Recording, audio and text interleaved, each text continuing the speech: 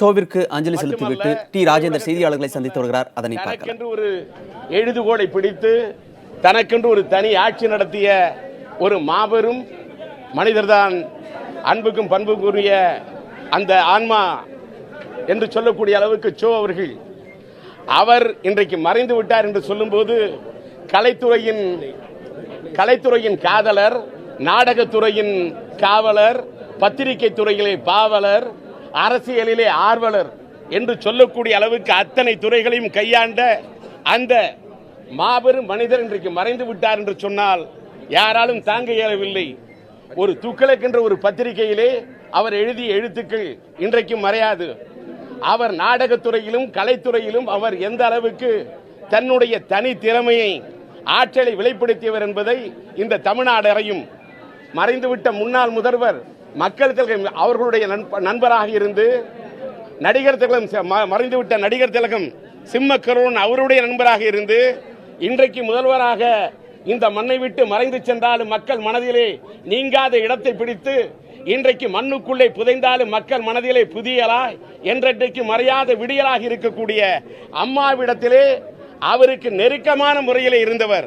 ஆம், அம்மா அவர்கள் வெண்ணிற ஆடையிலே உதித்தவர், கலை ஓடையிலே குதித்தவர், எண்ணற்ற மேடைகளில் துளித்தவர், மக்களுடைய இதய மேடையிலே நிலைத்தவர் புரட்சி தலைவி அம்மா அவர்கள். அவர் வானுலகத்துக்கு சென்று விட்ட காரணத்தால் அங்கே இருந்து சோ அவர்களை அழைத்தாரா? அங்கிருந்து அழை என்று அழைத்தது அழை. அதனால் தான் இவர் எழுதினால் எழுத்திலே இருந்ததில்லை பிழை. சோவென்று அழைத்த காரணத்தால் வானம் பெய்ததா சோவென்று மழை தெரியவில்லை. ஒருவேளை வானுலகத்துக்கு சென்ற அம்மா எனக்கு தேவை என்று கேட்டாரா அறிவுரை? அவருக்கு அறிவுரை வழங்க இந்த வைகரை பொழுதிலே இவர் ஏறிவிட்டாரா கரை என்று சொல்லக்கூடிய அளவுக்கு மனிதன் உலகத்திலே ஒரு மரம் என்று முதிர்ந்து விட்டால் அது உதிரத்தான் வேண்டும், இலை உதிரத்தான் வேண்டும். மனிதன் உலகத்திலே பிறந்தால் மறையத்தான் வேண்டும். ஆனாலும் சில மனிதர்கள் பிறக்கிறார்கள், இருக்கிறார்கள், இறக்கிறார்கள், அவர்களை மனிதர்கள் மறக்கிறார்கள். ஆனால் சில பேர் மட்டும்தான் இந்த மண்ணை விட்டு மறைந்தாலும் மக்களுடைய மனதிலே நிறைகிறார்கள். அப்படி ஒரு நிறைகுடமாக பல படங்களில் நடித்து நிறைகுடம் நீர் தழும்பாது என்று சொல்லக்கூடிய அளவுக்கு தன்னடக்கத்தோடு தன்னம்பிக்கையோடு வாழ்ந்தவர், பல அவைகளை கண்டவர், அரசியல் நாகரிகம் தெரிந்தவர், மேலவை வரை கண்டவர். இவற்றையெல்லாம் கண்ட காரணத்தால் தான் அரசியல் நாகரிகம் தேவை. இங்கே என்னுடைய அன்புக்குரிய நண்பர் வைகோ அவர்கள் நின்றார். அவர் விரும்பி இருந்தால் எனக்கு முன்னாடி அவர் இந்த பேட்டியை கொடுத்து விட்டு சென்றிருக்க முடியும், நகர்ந்திருக்க முடியும். வேண்டாம், நீங்கள் உரையாற்றுங்கள் என்று சொன்னாரே. இது அரசியல் நாகரிகம், அரசியல் பண்பாடு. இந்த நாட்டிலே அரசியல் நாகரிகமும் பண்பாடும் செத்துக் கொண்டிருக்கக்கூடிய காலத்திலே ஒரு அரசியல் நாகரிகத்தோடு சோ துக்ளக் பத்திரிகையில் அவர் எழுதிய எழுத்துக்கள் ஒன்னென்றும் பொன்னேடு.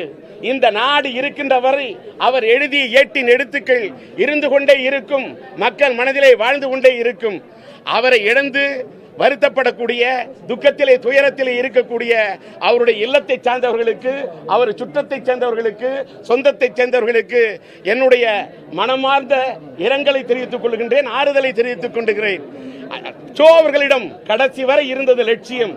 அந்த லட்சிய திராவிட முன்னேற்ற கழகத்தின் தலைவர் என்ற முறையில் மட்டுமல்ல, திரையுலகத்தை சார்ந்தவன் என்ற முறையில் மட்டுமல்ல, நாடகத்துறை சார்ந்தவன் என்ற முறையில் நான் என்னுடைய ஆழ்ந்த இரங்கலை தெரிவித்துக் கொள்ள, எல்லாவற்றுக்கும் மேலாக ஒரு பத்திரிகை துறையிலே எனக்கு நீண்டகால நண்பர். நான் டி ராஜேந்திரன் உஷா பத்திரிகை நடத்துகின்ற போது ஒரு பேட்டி வேண்டும் என்று கேட்டபோது அரை நாள் எனக்கு ஒதுக்கி அந்த பேட்டியை கொடுத்த அருமையான நெஞ்சம், அந்த ஆத்மா சாந்தியடைய வேண்டும் என்று எல்லாம் உள்ள இறைவனை பிரார்த்திக்கின்றேன்.